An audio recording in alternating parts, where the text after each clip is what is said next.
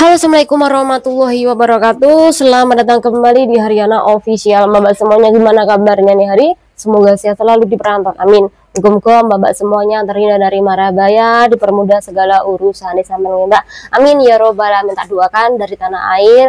Muga-muga sampai semuanya sukses selalu neng perantauan, berhasil iso kumpul sama keluarga tanpa halangan apapun, tanpa kekurangan apapun ya mbak. Amin ya robbal alamin.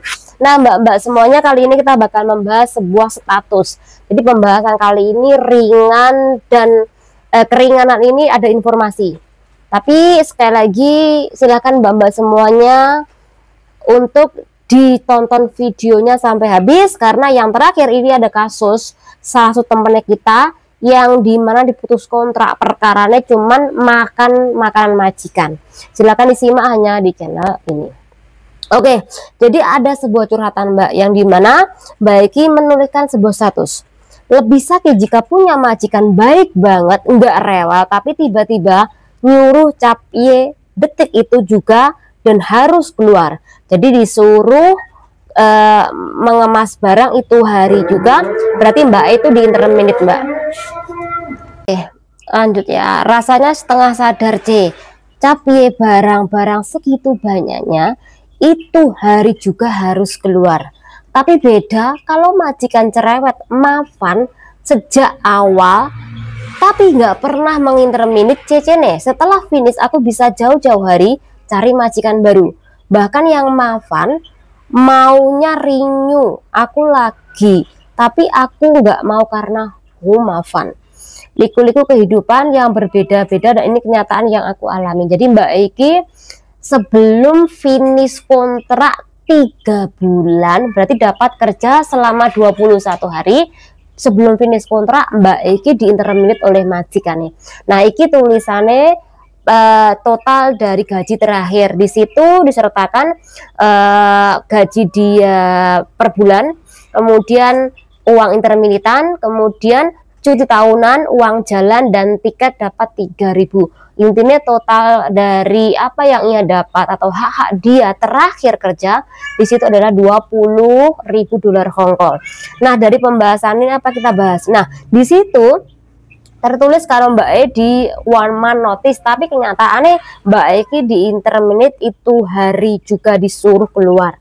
Jadi di dalam kasus ini, kalau seandainya majikan Mbak Eki melakukan ibaratnya gini, kalau di situ ditulis notice tapi kenyataannya langsung diinterminate, kemudian majikan bisa memberitahu ke imigrasi bahwa Mbak Eki dinotis dengan mengirim surat tersebut 1 bulan kemudian. Itu bisa saja terjadi. Nah, kalau di dalam posisi seperti ini, jadi usahakan mbak-mbak setelah keluar dari tempat majikan, mbak-mbakku juga menulis tentang pemutusan kontrak kerja secara internet yang dilakukan oleh majikan Anda, kemudian dikirim ke imigrasi. Tapi sebelum Anda menulis surat interminate yang dilakukan oleh majikan, sebelum Anda keluar dari rumah majikan, tolong tanyakan kepada majikan, apakah majikan Anda itu memiliki alasan kenapa menginterminate sampean. Jadi sama harus menanyakan ke majikan dulu alasan kenapa dia menginterminate. Tapi kalau majikan tidak memberikan alasan kepada Anda atau tidak memberitahu Anda kenapa kok dia memutuskan kontrak kerja, berarti sampean laporkan ke imigrasi kalau Anda diputus kontrak kerja tanpa diberitahu alasannya. Padahal sampean mau finish kontrak. Dan mbak-mbak semuanya yang mengalami kasus yang sama, jika sampean diputus kontrak perkaranya Anda tidak mau renew kontrak, itu ditulis mbak bahwa Anda tidak mau renew kontrak, ganti majikan baru, tapi majikan Anda iki memutuskan kontrak kerja, sama harus memberitahu ke agensi, sama harus memberitahu kepada imigrasi tentang kasus seperti ini. Ini penting banget mbak untuk visa sampean ke depan nih, karena kalau majikan ini tidak memberikan alasan yang tepat mengenai pemutusan kontrak kerja atau tidak memberitahu kepada Anda tentang kesalahan Anda, berarti Anda bisa melakukan tuntutan seperti ini. Intinya Anda melaporkan balik kepada imigrasi. Ini penting loh Mbak untuk visa sampean ke depan nih. Semoga bermanfaat penjelasan ini dan semoga dipahami penjelasan ini. Oke, ini pembahasan kasus yang kedua. Jadi ceritane Mbak E iki kerja di tempat majikan, mungkin majikannya pelit Mbak, sehingga ketika pelit ada barang atau makanan yang diambil oleh CC-nya, majikan ini tidak terima hingga sampai memutuskan kontrak kerja secara intermit.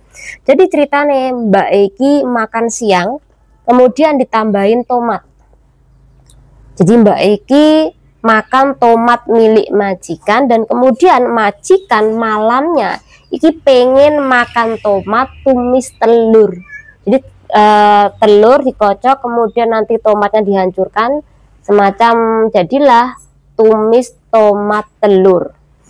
Nah setelah majikan meminta dimasakkan tomat telur, Mbak Eki bilang kalau tomatnya iki habis.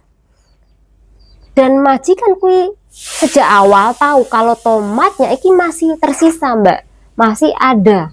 Jadi ketika dia tahu kalau tomatnya ada, meminta CC-nya memasakkan tomat dan CC-nya bilang nggak ada, akhirnya si majikan iki marah.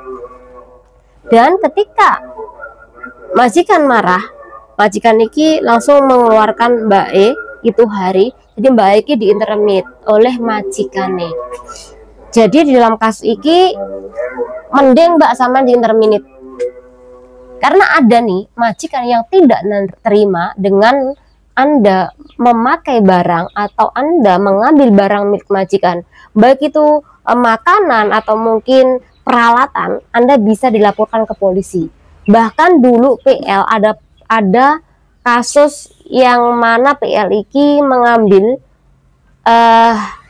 bakso milik majikan yang besar. Jadi yang besar itu harganya sekitaran 80-an. Nah, si PL ini ngambil bakso milik majikan, kemudian majikan nggak terima, akhirnya dilaporkan ke polisi, kemudian Mbak E ditangkap, sidang, Mbak E dipenjara dan juga denda. Jadi ketika sampean memakan tomat walaupun cuma satu harganya $5, tapi kalau majikan nggak terima sampean bisa dituntut secara hukum, penjara dan juga denda. Sampean ingat kasus kemarin pembahasannya, ada kan PRT asing yang dimana menggunakan conditioner dan menggunakan masker wajah. Jadi tempelan masker wajah itu Mbak. Nah dia iki dituntut majikannya dan kemudian Mbak Eki untung nggak dipenjara, cuman kompensasi. Tapi di pengadilan Mbak E masih diberi kesempatan jika dalam setahun setengah tahun kelakuannya baik, tidak melakukan pencurian, maka mbaknya tidak dipenjara. Tapi yang beredar kan masalah pencurian sabun juga pencurian conditioner, tapi aslinya bukan sabun tapi masker wajah Mbak. Nah dalam kasus ini sampean paham kan kenapa mbak-mbak semuanya dilarang geragas milik majikan Anda. Majikan Anda kalau nggak suka sama sampean, nggak suka barangnya dimakan, maka walaupun busuk pun kalau Anda makan, majikan bakal nggak terima, bakal melaporkan Anda ke polisi. Ini kalau majikan pelit dan memang dasarnya majikan nggak suka sama sampean. Jadi mending sampean beli punya sampean sendiri, beli pakai uang sampean sendiri daripada sampean ngambil kemudian dia nggak terima akhirnya melaporkan Anda cuman perkara tomat, cuman perkara bakso, akhirnya Anda masuk penjara, diputus kontrak, kemudian deportasi, kemudian nggak bisa kembali lagi bekerja ke negara Hongkong. Jadi sekali lagi sampean kan punya gaji, beliau Mbak pakai uang pribadi, penuhi kulkasnya majikan dengan barang-barang Anda.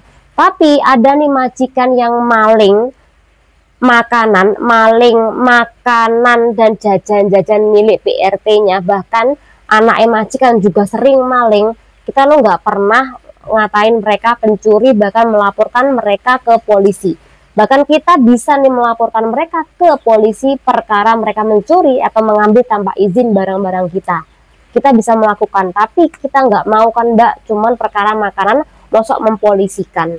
Jadi antara majikan dan Cece kuiki mending Cece kuwi masih memiliki belas asih. Kalau majikan kadang-kadang rata-rata memang tidak memiliki dugo dan tidak memiliki welas asih. Semoga bermanfaat dan hati-hati kerja di perantauan. Semoga kawan-kawan semuanya paham dan menjadikan ini pelajaran. Terima kasih. Wassalamualaikum warahmatullahi wabarakatuh.